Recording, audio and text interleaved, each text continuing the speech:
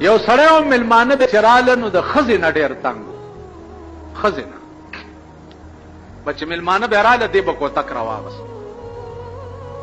او مېلمه به نه پرېښو کور کې یو مېلمه راغی ډېر معزز و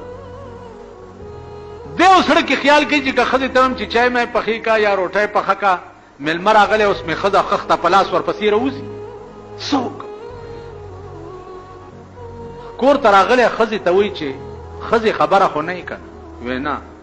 وی یو ډېر لوی خان راغلی دی بنګلې دي او چمنونه دي او دولت دی او جایګیرې دی که د عزت وله ورکو نو ډېر څه به راکړي نو ښځه خو هم خر دماغه ده که ویل ښه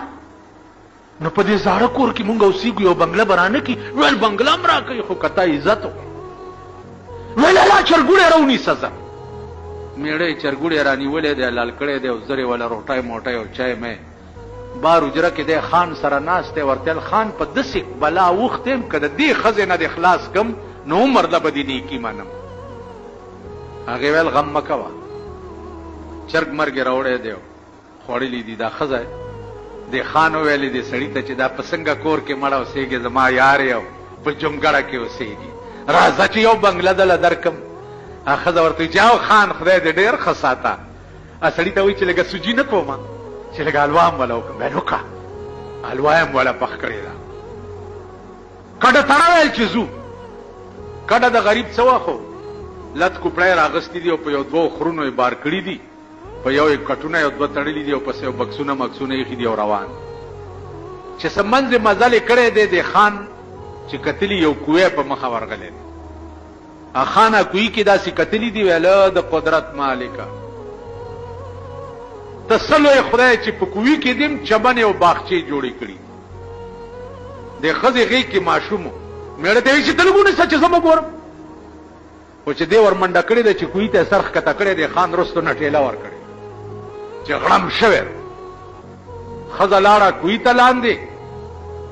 او دې سړي ته یې ویې زه مبارک شه د بلا نه مې خلاص کړي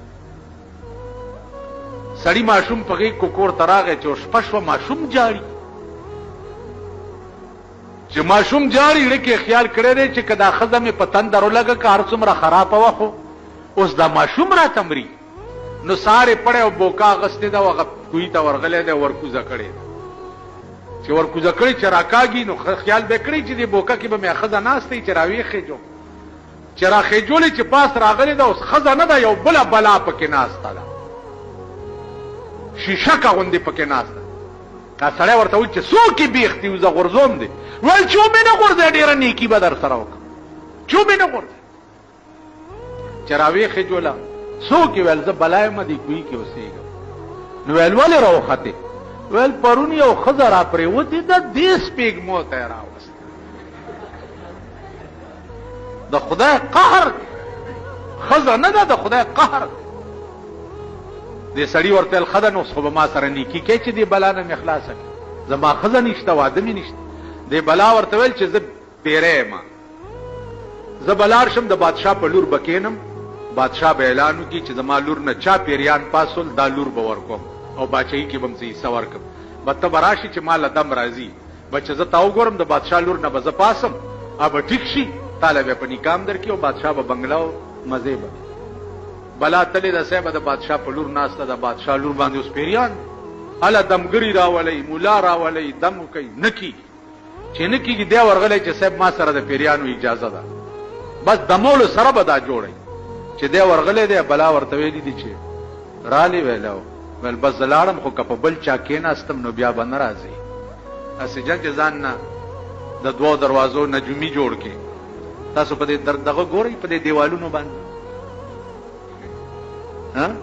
دا د نجومیانو ایډورټایزمنټ چې کېږي ګورئ په اسلام کې دا شته پیغمبر ویلی دی من اتا کاهنا فصدقه بما یقول فقد کفر بما انزل علی محمد صلی الله څوک چې پالګر ته راغی او لاس یې ورته وښودو په ده پې یقین وکړو نو پاټي کې کافر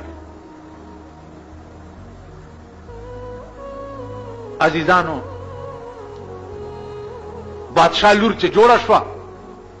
ملا یې راوغوښته او نکاح یې ورته وتړلو یو بنګله یې ورکړه ځه مزې چرچې کوه دا بلا لاړه د وزیر په لور کې ناستا چې پاغي کې ناستا پاغي اوس پیریان شو وزیر هغه بادشاہ ته وی چې د استاد زم ستالور نم پیریان پاسولی لګي منکرم راولې بادشاہ ورته چې ورشه دړه کې خیال کولو چې د بلا سره ما وعده کړی دی چې کپبل چا کې ناستې نه بدرځم دا به وسکی خیر ځان چې ورغله ده بلا ورته چې ما چې تاسو ویلو چې په بل چا کې نم نه برازي نو دی ورته وی چې دل نه امرا